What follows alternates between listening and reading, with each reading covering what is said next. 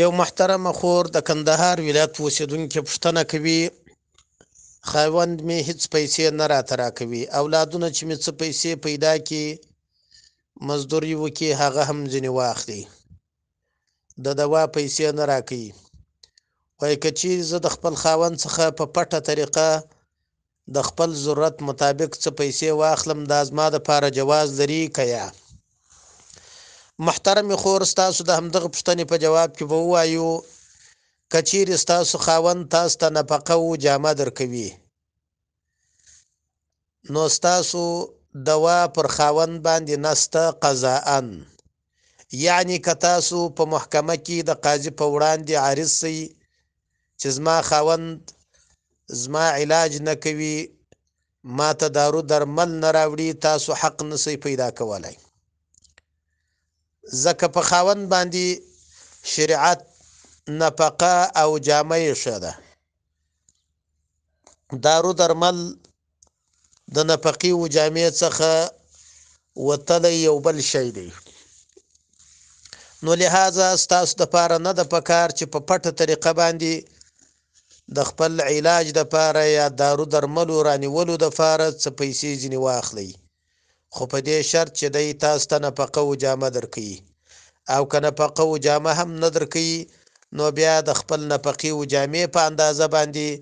په خفیه طریقه هم څه شی ځینې اخیستلی شئ. والله اعلم بالصواب. یو محترمه خور چې تخلص یې پښتنه ده، پوښتنه یې کړې ده، وایي یو خور ده مخکې وریځې نرۍ کولې، بیا د علماو څخه اورېدلي دي چې وریځې نرۍ کول ګناه لري، نو اوس یې پرېښي دي، وایي ډېرې برداره سوي دي او سترګو طرف ته هم راکږې سوي دي، خاوند یې هم ورته وایي چې وریځې دې نرۍ که، وایي دې ته اوس جواز ته که یا؟ محترمې خور، ستاسو د همدغې پوښتنې په جواب کې به ووایو چې لا طاعة للمخلوق فی معصیة الخالق، د مخلوق خبره به نه منل کیږي په ګناه د خالق کې،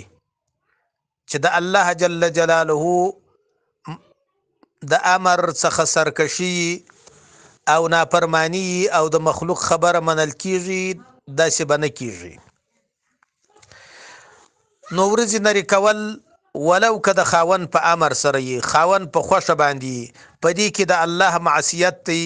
د الله د امر نافرمانی ده او ګناه ده، نو د خاوند اطاعت به د الله په مخالفت کې نه کیږي. البته که وریځې ډېرې غټې سوي یا د سترګو طرف ته یو ویښته دوه ویښتان راکاږه سوي، نو هغه وهلی سي په غچي باندې،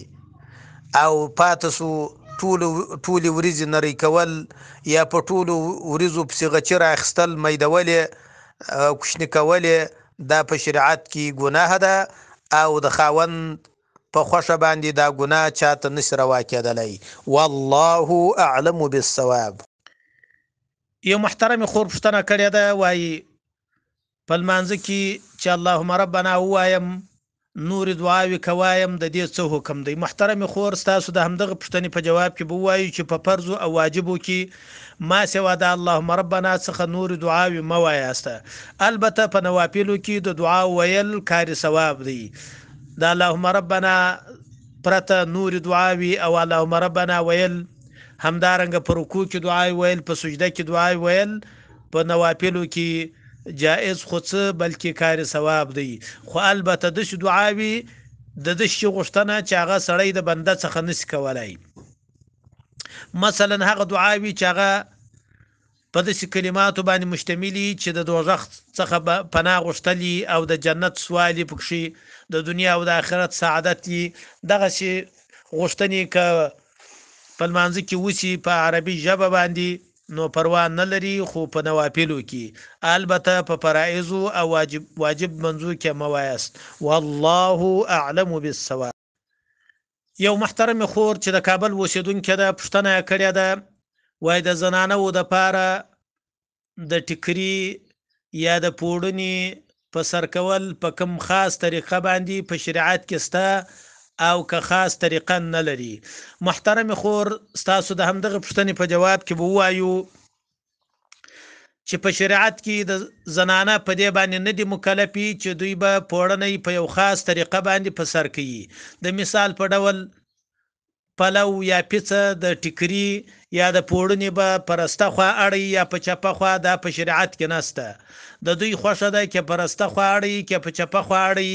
خو البته په شریعت کې زموږ مسلمانانی